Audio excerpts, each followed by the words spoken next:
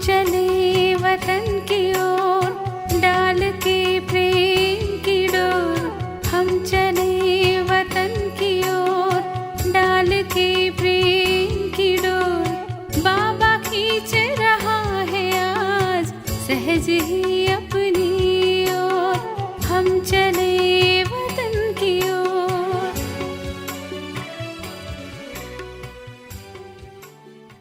அன்பிற்கு திரும்ப கொடுக்கும் பரிசு தூய்மை மற்றும் யோகியாகுங்கள்.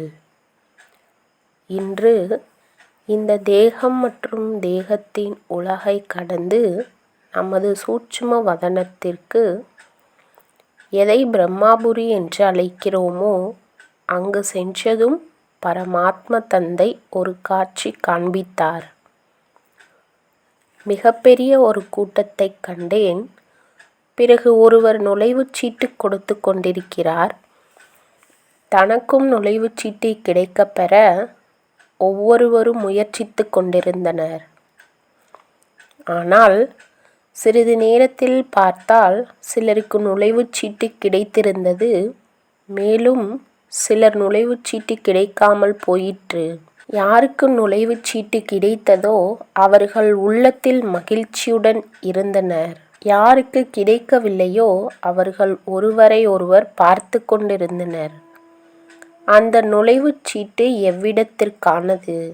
அதை பற்றி மற்றொரு காட்சியை கண்டேன். ஒரு பெரிய அழகிய வாயிற்கதவு இருந்தது. அது திடீரென திறந்தது. எவரிடம் நுழைவுச்சீட்டு இருந்ததோ அவர்கள் அவ்வாசல் வழியாக உள்ளே சென்று விட்டனர்.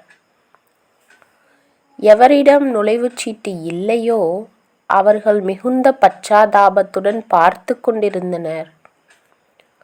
அந்த வாயிற்கதவில் சொர்க்கவாசல் என்று எழுதப்பட்டிருந்தது.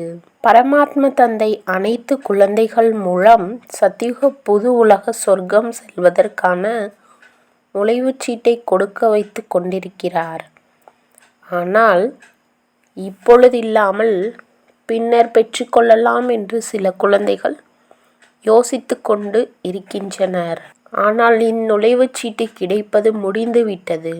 மேலும் சொர்க்கம் செல்வதிலிருந்து வஞ்சிக்கப்பட்டவர் ஆகிவிடுவர் என்ற நிலை ஏற்பட்டுவிடக்கூடாது என்ற ரகசியத்தை பாபா கூறினார். சில ஆத்மாக்கள் இது என்ன காரியம் நடைபெற்று கொண்டிருக்கிறது என கேட்கின்றனர், யோசிக்கின்றனர்.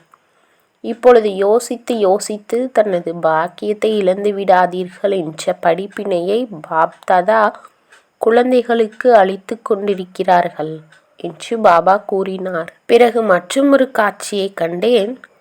நதி பாய்ந்து கொண்டிருந்தது. அந்த நதியில் மிக தொலைவிலிருந்து சிலர் வந்து ஸ்நானம் செய்து கொண்டிருந்தனர். சிலர் அங்கேயே அருகாமையில் இருந்தனர். ஆனால் ஸ்நானம் செய்யாமல் இருந்தனர்.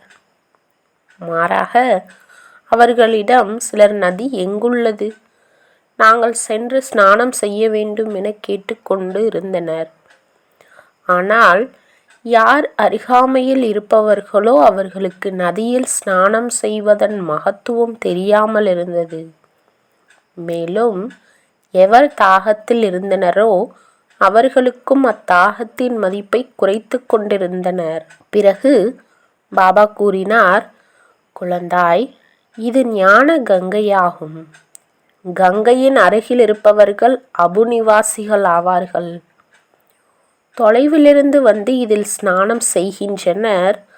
ஆனால் இங்கிருப்பவர்கள் இதன் மகத்துவம் அறியாமல் அவர்களை விலக்குகின்றனர்.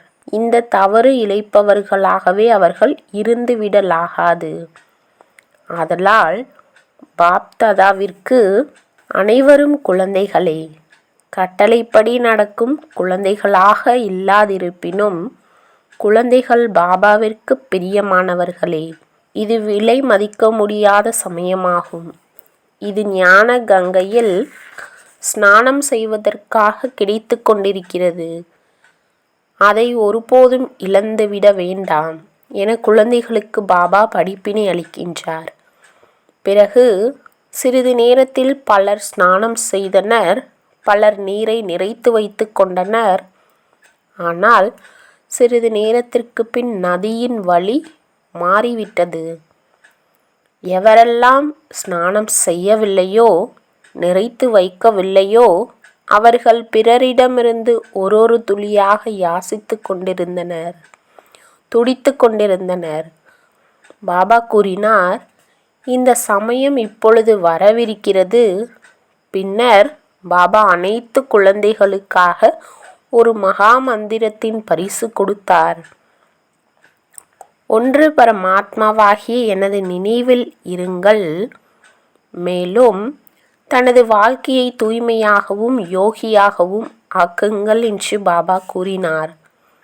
இந்த மகா மந்திரத்தையே பாப்தாதா அன்பிற்கு கைமாறாக பரிசாக அனைவருக்கும் அளித்தார்கள்.